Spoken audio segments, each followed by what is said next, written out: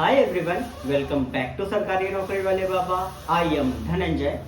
अभी एक क्वेश्चन ने पूछा था मुझसे कमेंट सेक्शन में कि सर, जब हम as a steno DOPT C++ में सेलेक्ट होते हैं या एज ए सीबीडीटी डिपार्टमेंट में सेलेक्ट होते हैं तो वहां पर क्या क्या डिफरेंसेस आपके रहते हैं, कौन से डिपार्टमेंट को चूज करना चाहिए, कौन सा बेटर रहता है। तो मैंने उस क्वेश्चन को कंसीडर करके कई सारे ऐसे फैक्ट मैंने निकाले।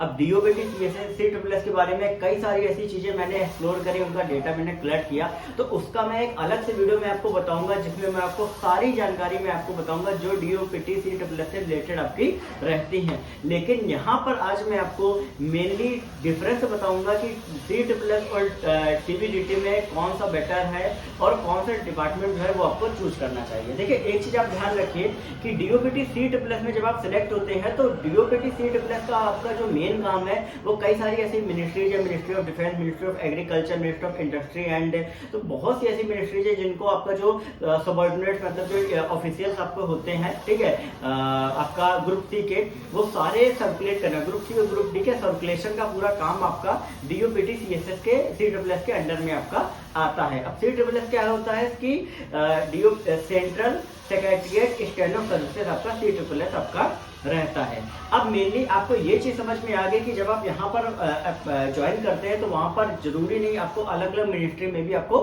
भेजा जा सकता है।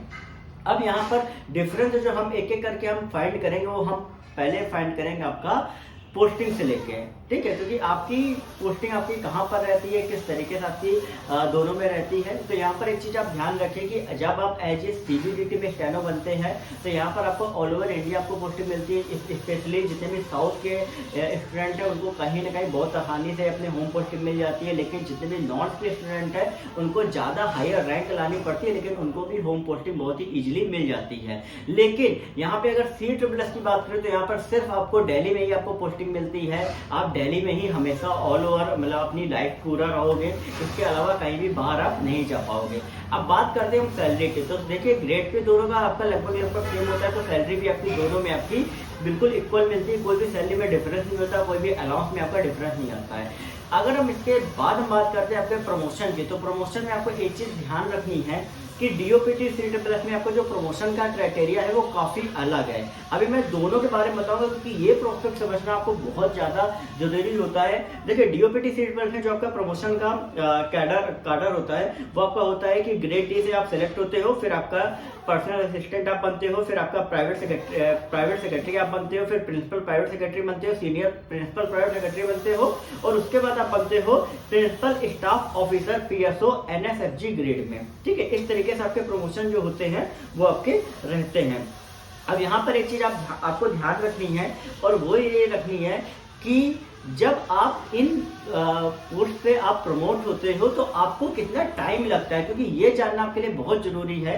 क्योंकि जैसा कि मैं अभी देख रहा हूँ, आपको भी मैं दिखा रहा हूँ कि जो आपका स्टेनो ग्रेड डी से आपका जो प्रमोशन पर्सनल असिस्टेंट के लिए होता है तो उसमें पर्सनल असिस्टेंट में आपकी जितनी भी वैकेंसी होती है उनका जो 50% आपका जो कोटा होता है वो आपका LDCE एग्जाम के थ्रू आपका भरा जाता है, वो 6 साल में आपका रहता है, और दूसरा आपका होता है सीनियरिटी बेसिस पे, वो आपका 10 साल में रहता है। लेकिन ये अभी तक 50% का 2014 में जब आपका काडर रिस्ट्रक्चरिंग हुआ था तो उसमें ये प्रपोजल रखा गया था कि 75% जो है वो आपका सीनियरिटी से भरा जाए, 25% जो है वो आपका LDCE से आपका भरा जाए। ये करंट में अभी सिनेरियो आपका जो है वो चल रहा है। एक चीज आप ध्यान और रखिए कि 2014 के बाद से हुआ क्या था कि आपकी जो PA की पोस्ट थी वो आपकी डिक्रीज कर दी गई थी, वो आपकी 2627 से 1900 कर दी गई थी, और आपकी जो स्टेनोग्राफर ग्रेड डी की जो आपकी पोस्ट थी वो आपकी बढ़ा दी गई थी, जो 1324 से 1908 टोटल पोस्ट आपकी कर दी गई थी।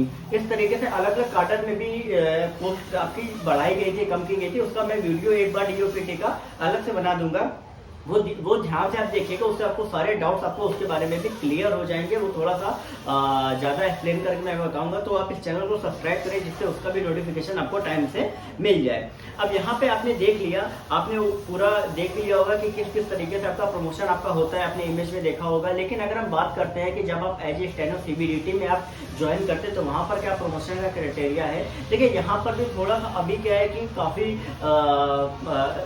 थोड़ा सा तनाव वो चल रहा है कि यहाँ पर अभी आरआर के बारे में आपने सभी सुना होगा, तो आरआर अभी तक आया नहीं है। लेकिन आरआर जब तक नहीं आया तब तक आपका क्या प्रमोशन का क्राइटेरिया वो मैं आपको बता रहा हूँ, और आरआर के बाद क्या होने वाला है मे बी।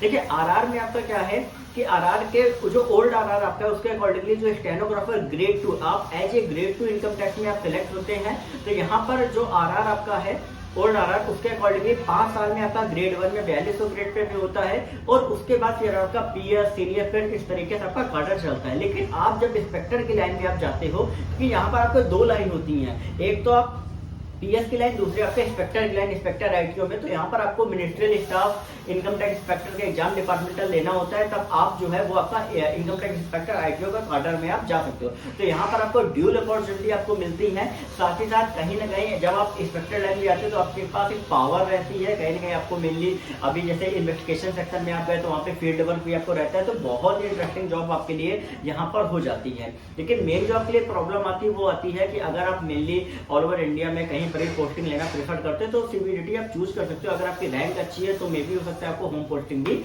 मिल जाए। लेकिन यहाँ पर सबसे बड़ा जो पॉइंट आपके लिए आता है वो ये आता है कि भाई आरआर जब आ जाएगा तो क्या होगा। तो आरआर जब आ जाएगा तो उसके बाद जो आपका स्टेनोग्राफर ग्रेड 2 से ग्रेड 1 होगा वो 10 साल में होगा, फिर ग्रेड 1 से इंस्पेक्टर जो होगा वो आपका 5 साल में होगा, और इसके बाद जो इंस्पेक्टर से जो आईटीओ वो जो ओल्ड आरआर है उसी के अकॉर्डिंगली आपका चलेगा। लेकिन अगर हम बात करें आपका पीएस लाइन की, तो ग्रेड 2 से ग्रेड 1 आपका 10 साल में होगा, ग्रेड 1 से, और आपका जो प्राइवेट सेक्रेटरी होता है वो आपका 5 साल में होगा, जो कि पहले भी 5 साल में ही आपका होता है। सिर्फ इंस्पेक्टर वाले में थोड़ा सा आपका चेंज जो है वो आपका किया गया है, क्योंकि पहले क्या था जब आप टाइमली इंस्पेक्टर निकाल लेते तो मे बी ये होता था कि 5 साल में आपका ग्रेड 1 होता तो उसके नेक्स्ट ईयर आपका इंस्पेक्टर का प्रमोशन हो जाता था, जिसके हम लगभग 6 साल में आप 4600 ग्रेड पर भी पहुंच जाते थे। लेकिन अभी तक जितने भी स्टूडेंट जो आरआर आने के पहले ज्वाइन कर लेते हो तो वो सारे जो आपके प्रमोशन है वो आपके ओल्ड आरआर के अकॉर्डिंगली आपके अप्लीकेबल होंगे। तो ये डीओपीटी CSS और सीबीडीटी में मेनली जो डिफरेंस है वो प्रमोशन का मैंने आपको बता दिया है। इसके अलावा बाकी आपको कोई भी डिफरेंस नहीं होता है, बाकी दोनों में जॉब प्रोफाइल सेम होती है। अब अगर जॉब प्रोफाइल की अगर हम बात करें कि भाई मेनली स्टेनो का जॉब प्रोफाइल दोनों जगह पे क्या होता है, तो वहां पर होता है कि आपका डिक्टेशन आपको लेनी है, टाइपिंग वर्क आपको करना है, ठीक है। बाकी आपका जो टेलीफोन कॉल्स होते हैं उनको हैंडलिंग करना होता है, जो विजिटर्स आते हैं उनको हैंडल करना, एंगेजमेंट जो होते हैं उनको मेंटेन करना, प्रिपेयर करना टूर एंड प्रोग्राम्स को, फिर e tracking files and important papers को ई ट्रैकिंग करना होता है, ठीक है। पार्लियामेंट्री वर्क जैसे आप डीओपीटी CSS में है तो आपका CSS में आपका पार्लियामेंट्री वर्क आपको हैंडल करना होता है। बाकी अदर भी कुछ ऐसे इंपॉर्टेंट आपकी मीटिंग्स होती है जिनको आपको मॉनिटर करना होता है, जिनमें मेन पॉइंट्स आपको कंसीडर करने होते हैं। तो ये मेन काम होता है एज ए स्टेनो का। मे भी हो सकता है कि आप सभी जब डीओपीटी CSS या सीबीडीटी में जाते होंगे तो आपको और भी एक्स्ट्रा वर्क दिए जाते हैं, लेकिन जो वर्क आपका यहाँ पर लिखा हुआ है अगर वो वर्क आपको नहीं दिया जाता तो आप चाहो तो एक बार कह भी सकते हो। मेनली ये होता है कि आप सभी कहीं ना कहीं डिक्टेशन वगैरह आजकल नहीं बोली जाती हैं, तो अदर भी आपको एक्स्ट्रा एसेंशियल वर्क भी आपको दिए जा सकते हैं। तो ये जॉब प्रोफाइल जो होता है वो आपका दोनों के हिसाब से कहीं ना कहीं आपका वेरी करता है। तो मे बी मेनली जो डिफरेंस जो होता है वो प्रमोशन का वो मैंने आपको बता दिया। बाकी CSS की और भी एक डिटेल वीडियो में बताऊंगा, तो उसके लिए आप चैनल को सब्सक्राइब करें। बाकी अगर आपको ये जानकारी प्रमोशन के बारे में बाकी चीजों के बारे में अगर आपको अच्छी लगे तो प्लीज आप इस वीडियो को लाइक और शेयर जरूर करें। ओके।